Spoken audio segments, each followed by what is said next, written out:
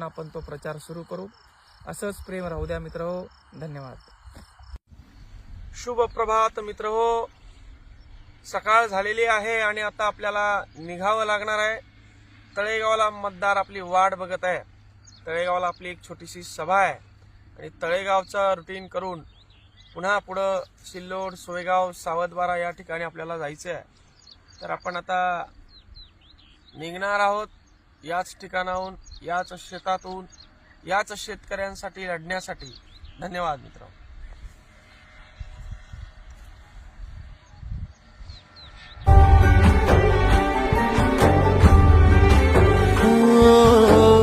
लावलाया मोतीचा टिळा मस्तकी, दूर गेलो भसार जळाली भीती, खांद्यावरी भलाईची आली पालखी.